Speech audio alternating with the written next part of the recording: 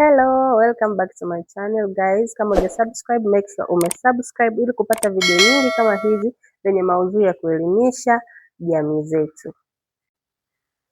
Leo nilikuwa nataka tuongee kidogo kuhusiana na swala la kubadilika au support anayoipata mtu anayetaka kubadilika au kutoka tabia moja kwenda tabia nyingine. Katika jamii zinazotuzunguka tumekuwa na hiki kitu kwamba mtu amefanya mabaya then anahitaji kubadilika kutoka kwenye yale mabaya aliyokuwa akiyafanya kwenda kwenye hatua nyingine ya vitu ambavyo vinaipendeza jamii. Sasa changamoto kubwa anayoipata katika jamii yetu ni ule mpokeo au jinsi gani anapokelewa kwa ile hatua mpya anayokuja nayo. Watu wengi tumekuwa na mapokeo mabaya. Mtu alifanya jambo baya then anahitaji kubadilika kurudi kwenye jamii, mapokeo yake pia yanakuwa mabaya. Kitu ambacho kinamfanya yule mtu avunjike moyo. Kitu tunachotakiwa kufanya kama jamii sisi ni kumpokea yule mtu katika ile hali anayohitaji kufika. Yaani inamaanisha nini? Mtu alikuwa anafanya mabaya then ameamua kubadilika kurudi katika mwenendo unaoipendeza jamii au mwenendo unaoipendeza jumuiya anayokaa nayo. Hiyo ni kwa sababu gani? Yeye mwenyewe binafsi ameona kwamba kila alichokuwa anafanya ni kitu kibaya. Kwa hiyo sisi tunachotakiwa ni kumshika mkono kwenye ile steps aliyopo kumfikisha steps nyingine. Lakini sasa watu wengi tumekuwa tunawapiga vita, sio kuwapokea tena na kuwasupport. Tumekuwa tukiwapiga vita na kuwapinga. Unakuta mtu anahitaji kubadilika lakini anayasikia maneno katika jamii yake kwamba hawezi kubadilika, hawezi kufika mbali, hawezi kuwa kitu fulani, hawezi kufanya hivi, hawezi kufanya hivi.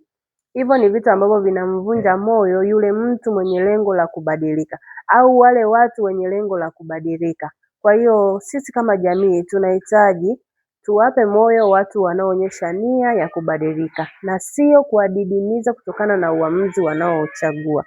Kuendelea kumdidimiza mtu ambaye anahitaji kubadilika au kuendelea kumdidimiza mtu ambaye anahitaji kutoka hatua moja kwenda hatua nyingine ni kuendelea kukiua au kuendelea kukizamisha kizazi chetu au whatever it is.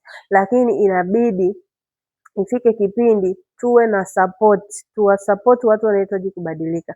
Tusiwatenge, tusiwanyanyapae, tusiwaonyeshe ishara yoyote ya kuonyesha kwamba kitu walichokifanya ni kitu kibaya sana na hakiwezi kubadilika wala hakiwezi kugeuzika.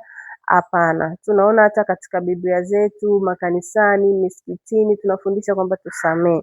Kwa kama kusamee tunafundisha sehemu zote, inabidi tujifunze pia na kuwapokea wale watu ambao wanahitaji kubadilika. Tuwashike mkono, tuwatie moyo, tuwaonyeshe njia ili waone kweli walichokuwa kikifanya nyuma walikuwa wanakosea. Kwa hiyo huu uamuzi wao mpya waliochukua katika kuchukua hatua ya kubadilika ni uamuzi mzuri. Tusiwapige vita, tusiwaweke mbali sana na vitu wanavyohitaji kujifunza. Tuwashike mkono, tuwaelimishe, tuwaeleweshe, tujenge kizazi kizuri bora yetu ya baadaye.